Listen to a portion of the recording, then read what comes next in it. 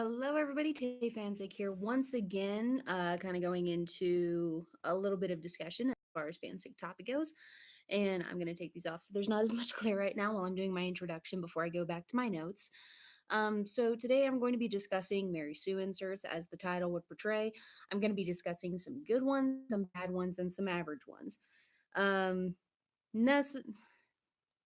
to be frank, I'm kind of discussing like what you should and should not do, what makes a good reader insert, and what makes like a horrible one that's very cliche and just cringeworthy. So let's get into our notes here. So if I look a little bit distracted, that is why. Some Mary Sue inserts.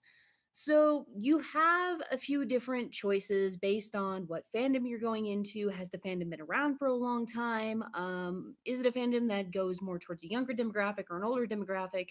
So you have some choices depending on what you're doing. Like if you see a lot of Naruto and Harry Potter Mary Sue inserts or reader inserts or like original characters that you can tell like the person is just trying to be more in that universe themselves, not necessarily their character.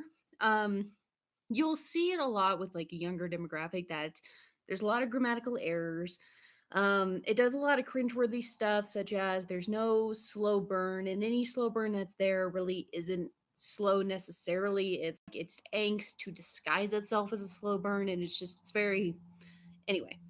Um, so yeah, you have the reader inserts where essentially it just says you're doing this, or it'll have like a little blank thing or whatever where it says insert your name here, your eye color here, your whatever.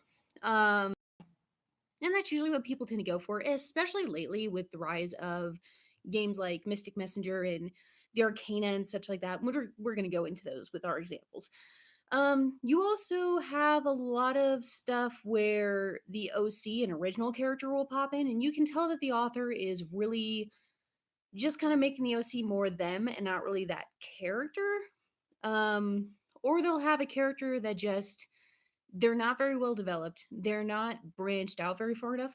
So they don't really fit in that universe. Now, obviously, you're more than free to be creative with whatever you want to. I've had my guilty stages and everything where I've written stuff where my characters are a part of a different universe or interact with characters from a different universe, most of which I do not publicize anywhere just because I know it's cringeworthy and I'm just trying to get it out of my system. Um, you also have a lot where hmm, the character, be them OC or the reader insert. I'm mostly going to focus on reader inserts and not necessarily OCs because that's the purpose of this video, where the character will just kind of pop into this universe and they weren't there initially. They were part of our world and just kind of ended up there somehow. Some of these are well done, some of these not so well done. And I'll get into why later. You also have ones where the OC's been there from the start, but they're very overpowered or they're very, like I said, there's no slow burn. A lot of angst, a lot of just it's no fun to have a main character where they're completely overpowering right from the get-go and just they're very aware of it and they're not trying to be arrogant, they're trying to be humble and sweet and oh my god, this person's so lovable, but at the same time like no, you're getting the impression that this person sucks, like they have to be around because they're like one of those people where oh, I know that everyone says I'm beautiful, but I must not be because I'm not in a relationship as nobody's interested in me. Meanwhile, their phone is getting blown up with like 15 million people, men, women, dogs, whatever. Um I'm not a fan of these characters. They exist. Sometimes they can be charming, but only if they've already been established in a different way. Like when you read like Naruto fan fiction, Itachi is a very popular character, even though he doesn't necessarily want to be in a lot of them. Um, but he doesn't. We're already well aware of Itachi's character before we get into the fan fictions. Before we get into all that freaking, is he arrogant? Is he not arrogant? Is he shy? Is he sweet? Is he humble? Is he tricking everybody? Fucking whatever. We already have a base to work on. We've already fallen in love with him in this state, so it's easy to forgive this other state of being, if that makes sense. It's no fun to interact with a character that's just full of themselves to whatever extent. Like they're, even if they don't openly acknowledge it, just being full of themselves continuously, like, go fuck yourself. I really shouldn't curse so much in my videos. Um, let's see. We also have one where it gets very confusing. You have a Mary Sue who becomes a part of this universe or already was a part of this universe, and then they have it as a crossover with yet another universe. It's like they couldn't decide which story to write, which is always very confusing to me. Um, I can't get into that shit. Like, say, for example, it starts out in the Inuyasha universe, but then this is now crossed over with fucking, I don't know, like Gravity Falls or some shit. Just, it's very, first of all, the styles don't match. You can make a crossover with those two series or series like that. I'm just giving an extreme example because I've read shit like this where it could fit, you could make it fit. It does not fit, especially when you have like this new person who's introduced where we as an audience still need time to fall in love with them, to sympathize with them, to know what their goals are, to know what their ambitions are, to know what their conflict is. And we are given none of those chances. There's like a huge description box essentially, like somewhere in like the beginning of the story or like somewhere towards the middle where it's just like you feel bad for this character because insert huge fucking reason right here. And it's so boring. Like this is why you need a slow build. Like just this is why it's so hard to write like an actual novel with your own characters or your own comic with your own characters and get it popularized. The reason that so many stories are successful, like Steven Universe or Star Trek or fucking South Park or whatever, is because we were introduced to these people. Something about them caught our attention because they remind us either of ourselves or a stage in our life or somebody that we care about, or a situation that's relatable to us. And then we have this slow buildup of why they are the way that they are, how they interact in the world the way that they do, and why they interact with the other characters the way that they do. And when you have a reader insert story and you have none of that as a slow build, we don't care. It doesn't matter if that character is supposed to be us, we don't care. So anyway, I'm just gonna move on with some other stuff. Um, so some good examples of reader inserts, Mary Sue's, MC, fucking whatever. First of all, Mystic Messenger. I know I've said before I'm not going to get a lot into Mystic Messenger, and I'm not. I'm not going to go a lot into the plot, so I'm going to try and reduce the amount of spoilers just because, if you haven't played like Seven's Route or V's Route or fucking whatever, yeah, it's just no fun if I spoil things for you. So anyway, another good example, Ikemen Vampire. Gonna get into that. Yes, they are the same people that did Ikemen Sengoku. And I'm gonna get into these later. I just want to introduce right now. The Arcana is becoming really popular. So I would consider this a good reader insert, not a perfect one, and I'll get into why. One of my absolute favorites, Corruption of Champions. It's text based. It pretty much goes all the way around as far as like what gender and what you're doing and why. And, you don't really have much say in your appearance as the game goes on because you're gonna fuck up along the way and you're going to end up with 6 tits or 2 horse dicks or something. If you've never played the game, there's actually a few links to it online. The one that I go through is through Yowie Haven Reborn and then going under games and then uh no wait. Yeah, games and then going down to the Yowie Games category, and then it's right there. It's just a text based game. I can't remember the creator's name, but she's doing like a Corruption of Champions 2 thing, I guess. But it's essentially, I'm not a furry fan. Like, I can appreciate the aesthetic of the art and everything like that, but it kind of goes a lot with that, where you have like this whole fantasy based thing where it's like minotaurs and fucking whatever.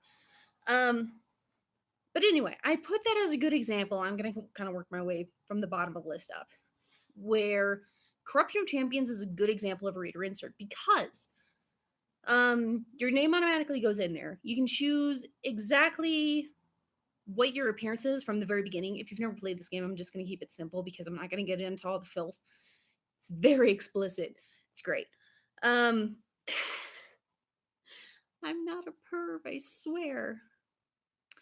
Anyway, so Corruption of Champions, it's good because it's fantasy based. You have a lot of choices as to how your appearance looks at the very beginning. You have a lot of choices as to how exactly your appearance affects the behavior of your character. Like, for instance, you can choose to have um, a fertile body, which, depending on if you choose male or female, will depend on if you get impregnated a lot or if you impregnate other characters a lot, which should give you an idea of how the game works. So, things like that. Another thing that it's really good at is that you can choose exactly what your history is, which means that your character now has different choices on how it reacts to situations. And depending on how you react to situations, whether you do consistently vulgar behavior compared to more innocent behavior, it met with your stats, and then it shows like your progress depending on what choices you're making, which for only a text-based game with pixel art is really well done. Like, that's why I've been playing it for so long. Like, you can go in there to just try and do stuff for like 15 minutes and all of a sudden it's nighttime. It's like when you go on Pinterest to just find drawing examples. Maybe that's just me. I don't know. So anyway, the Arcana. I actually enjoy this game. First of all, for the art, I get major Anne Rice vibes from that. Second, choosing your pronouns, which I know is important for a lot of people. Like me myself, like I don't really have much of a preference, really. Um, I actually have a pretty unisex name. Tay is short for Taylor. So I've been called, like, as far as like male and everything like that, I've been called Mr., Mrs., Miss, whatever. Especially when it's done like through email and stuff like that. Like a lot of the times I've put in resumes for jobs and then I show up and they thought that it was a dude because both parts of my name, like, just together, it kind of leans more towards masculinity more than femininity. So I don't know. It's something I've always dealt with. So I'm gender fluid, I guess would be the term. Um, the Arcana, you have permission to be gender fluid, which is fun because if you're looking for games or whatever, you don't necessarily have to look um, for guys or for girls or fucking whatever, which is what Atomi games are famous for. There's not a lot of games really put out there for the LGBTQ plus community. Like, not as far as I've been able to see. Like, I know the Choices games are becoming really popular, but I don't like their animation, so I'm not going to talk about them. I have nothing to talk about with them. Um, but yeah, like the Arcana, I think is really good, just because first of all the art, second of all the story is pretty intriguing. The heroine, of course, could be stronger. My main conflict is that the other characters just don't seem to have very clear motivations. So the reader does seem strong in comparison just because everyone else is just very wobbly. Good reader insert, but it's a weak story. So it doesn't matter how good the reader insert is if it's put into a story that just isn't strong enough to handle it. And my connection is unstable, so you might lose me for a second. Um, Wonderful. I love it when it does this when I'm in the middle of a video. I love it. Anyway, we're gonna move on. If anyone can hear me, that's awesome. Um, Ikemen Vampire. Like I said, this is done by the same people who did Ikemen Sengoku. You notice that they are not on my good list. Ikemen Sengoku isn't. Ikemen Vampire is. Let me explain why. With Ikemen Vampire, you have a slightly stronger heroine. She could be stronger, but the characters are a lot more interesting to interact with, and they all have different interactions with you. Um, you have Arthur Conan Doyle, who's this flirtatious fucking fuck boy, essentially. You have Napoleon, who is pretty upfront. He's kind of gentlemanly, but at the same time, he's kind of just like a big kid sometimes, the way he acts, and he doesn't. The main thing I really like about these characters is that while they can recognize when they become vulnerable to the main character, they don't really over exaggerate it to the point where like you feel like sugar saturating in your mouth just because, like, oh my god, this is so romanticized to the point where I almost can't fucking stand it. Some characters absolutely, but with others it's just that's the development. It develops naturally, which is exactly what you want. Um Top of the list, Mystic Messenger. Obviously, this is the most popular one. Mystic Messenger, for those of you who haven't played it, you essentially kind of move up in the routes. The reason that this is such a well done reader insert game is that yes, you're changing routes throughout the game, but there's so many different secret stories and side stories that as you progress through the game, like it's not the same thing over and over again. With Ikemen Sengoku, who is on my average list, you have essentially the same story over and over again. The thing that makes it interesting, which makes it average instead of bad, is that the resolution for the story comes about in a different way with each route you do. If you were to play Nobunaga's route as compared to fuck, what's one of the other characters I'm playing in so long? Yukimura? Yukimura. Yuki's route. If you were to play Nobunaga's route as compared to Yuki's route, you're going to get different results. Kind of the same, but the way you come to that conclusion is totally different. So it has a different build to it. You don't necessarily know what's going to happen, but once it gets to like the last three chapters, you're like, oh yeah, fuck it, I know. And that's what makes it disappointing. That's why it's average and not good. So, because you can predict the end of the route, essentially, is what it comes down to. And it's very unsatisfying for like all the build up and all the anticipation. And then all of a sudden, you're just like, oh, fuck it. That wasn't a very good payoff. Mystic Messenger, on the other hand, when you start from a casual route, you have the choices of Yusung, Jaehee, and Zen, right? And then you move through their stories. You get to know a little bit of the characters as you're interacting with one person or the other person or the other person, right? And then you kind of go a little bit deeper. Oh, now you have the choice between Jumin and Seven, who you've learned a little bit about playing the other characters, so you kind of know, but now you're learning even more. Then you can go to the next routes. And you have a V, and then you have Ray. That's all I'm going to call him. Ray. You have V and you have Ray. So the more you progress through the stories and the routes, the more you're exposed to the story, the more you're exposed to the secrets of the story, the more you're immersed into it, which is why it's such a successful fandom. So for those of you who haven't played it, I would highly recommend it. The only reason I'm not playing it right now is because I've kind of done the routes that I want to do for right now. Anyway, so into the average ones. We've already covered Ikemen Sengoku. There's also another problem I had with it where some of the stuff the male characters do just aren't very it's fucking awful to me. Like one of them calls you kitten, which I'm personally am not into. If you're into that, good for you. Nobunaga tries to use you as a cup. Not no. Um just there's some characters I can give a free pass on. There's some I actually did get attached to, but that's just it's limited. It's fucking limited. And there's not a lot of routes that are open right now. A fair enough amount if you kind of want to explore the game, but there's some characters where like it's interesting, but they haven't released them yet. The most entertaining time I had was Kinson. Is that how you pronounce his name? I don't know. I never studied Edo there. He's interesting just because the way he interacts with your character is a little bit different from some of the other people.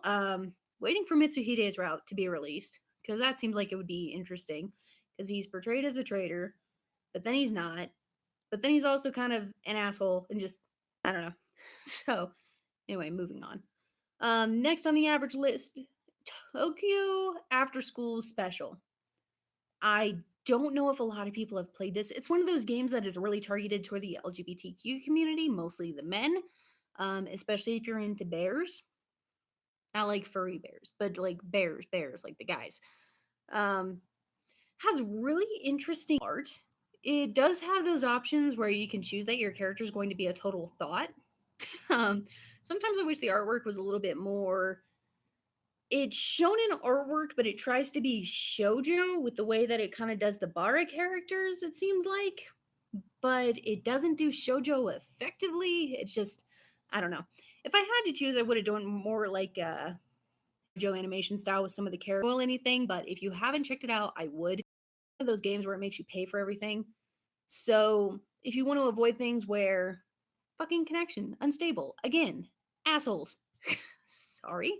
Tokyo After School Special, you can actually get through with playing it absolutely free. So you don't have to worry about, oh, now I have to wait like 10 hours before I go to the next chapter. No, fuck it. You can play like however long, just so long as you're like addicted to it. The battle sequences are a little bit you know, kind of retro, I guess is the word I'm looking for. It's essentially, and I'm not a gaming fanatic, so I have no idea how to describe like the actual battle sequences because they're not really battles. You have like stats, you have HP. You can choose your teams and everything like that. But the way that they're done is a little weird, but it's also very satisfying because since you're doing these battle sequences and they're pretty quick, it doesn't tell the story. And your character becomes alluring to a lot of other characters for a lot of different reasons. So you have that slow build while also having that instant attraction, which just makes it wonderful. The reason that I've ranked this average and not good or like the best is just because it is a reader insert story. The problem is sometimes with your connection, if you don't log in for like a couple days or even just one day, sometimes it'll jump you in the story to a part where you weren't at. And then you're totally confused when you're logged in and you're just like, wait a minute, who the fuck's this character? And then you have to completely restart the last story that you were on. Like you kind of have to backtrack, which really sucks if you achieve something in that storyline and now you have to like get it all over again, like a specific character or whatever. That's the only really big beef that I had with it. And also the MC character designs very limited. Not only because basically all of them are men except for one woman, but also because like I said, the designs could be better. Like I don't really know how to describe it. I would definitely go play it. But while I'm talking about LGBTQ games, LGBTQ plus, sorry, um, there's one more on my average list, which is Gay Harem. If you haven't played this, this is also linked through the Yowie Haven Reborn site. It's that one that's like kind of like the banner at the top. If you've been on that site before or haven't, and it kind of shows different like shojo style animations. Sometimes it'll show bara, sometimes it'll show shonen. Mostly it's like this weird shojo shonen mix of artwork style. But anyway, so it looks like one of those clickbait insert your credit card and blah blah blah blah blah, but no, it's not.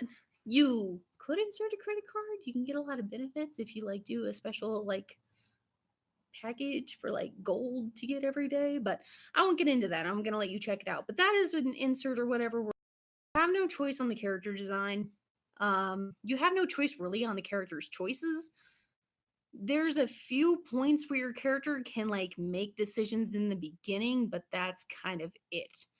And that's the reason why it's average and not good, is because the main character makes a lot of decisions where it's just like, fuck yeah, I'm on board with this. But at the same time, what if I wasn't and I don't even have a say right now? That's kind of lame. So, it is what it is. Not every game's perfect. No game is perfect. I take that back. Bad stuff. There are a lot of bad games out there. Obviously, the list can go on and on and on and on forever. But essentially, they all have these main characteristics. And it's for the same reason that there's a lot of bad Mary-Sue and reader insert fanfictions are bad. And for a lot of the reasons I stated before. First of all, where it's lazy. And by lazy, I mean there's absolutely nothing to do with story. It's either porn without plot, or it's not formatted correctly, or there's a lot of grammatical errors, or it's like one long big fucking block of text and you have to like decode it to figure out who the fuck's talking. I can't stand it. Other ones where the main character is overpowering. Like everyone's fucking attracted to them, or everyone's afraid of them. Everyone's drawn to them. Everyone admires them. Fucking when even characters that are in the main story are absolutely obsessed with this person for really no reason. There's no build up, there's no fucking backstory, there's no, not to say that you can't have a good reader insert one shot. There are some good ones that exist. I've seen some good ones for the My Hero Academia fandom, if I can talk. I've seen some okay ones for the Invaders in fandom. I've seen some pretty decent ones for the South Park fandom, especially since they have the games where there's actually like the new kid. So you how they're interacting with that character. And it's not perfect, but at least then it's kind of canon.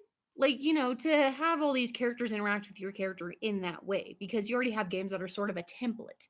So, it's a cheat. Um, but when you have a character that, say, okay, here's an example. If you have a Mary-Sue insert character, or you want a Mary-Sue insert or reader insert character, and you put them in the How to Train Your Dragon universe, and you give them all the fucking same abilities as Hiccup, shit that he's had to spend like years learning, you're totally devaluing Hiccup as a character, and to an extent, it's a little disrespectful in the fandom. Just gonna say it that way.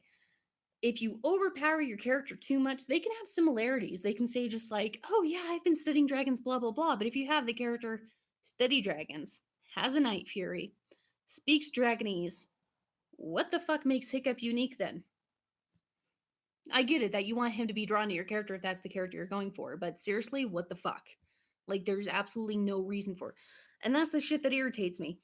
You have a main character, and essentially they do all the same things as the actual main character, the canon, and then the canon is no longer as important. They're no longer the main. Then what the fuck do we care if they fall in love with your character? What do we care about their development towards this relationship? You're essentially putting two people together that are exactly the same. Even when you have like twin cest stories, like that's never a thing that's appealing. Just fucking don't, don't. At least have some differences. Some differences. That's all I ask for. Which kind of goes into the next thing.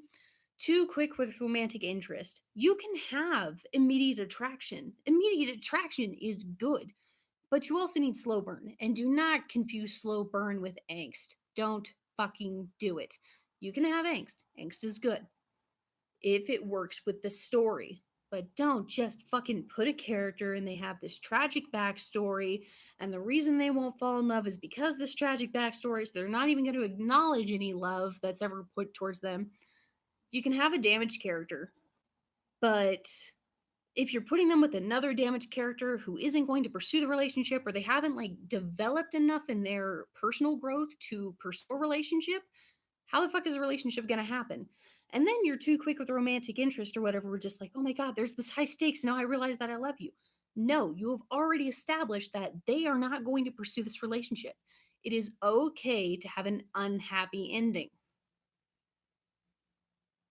You are not obligated to have a happy Hollywood romantic kiss in the rain ending. It's not always going to happen. You can have character death, you can have unrequited love, you can have all of that and not have your character pity themselves.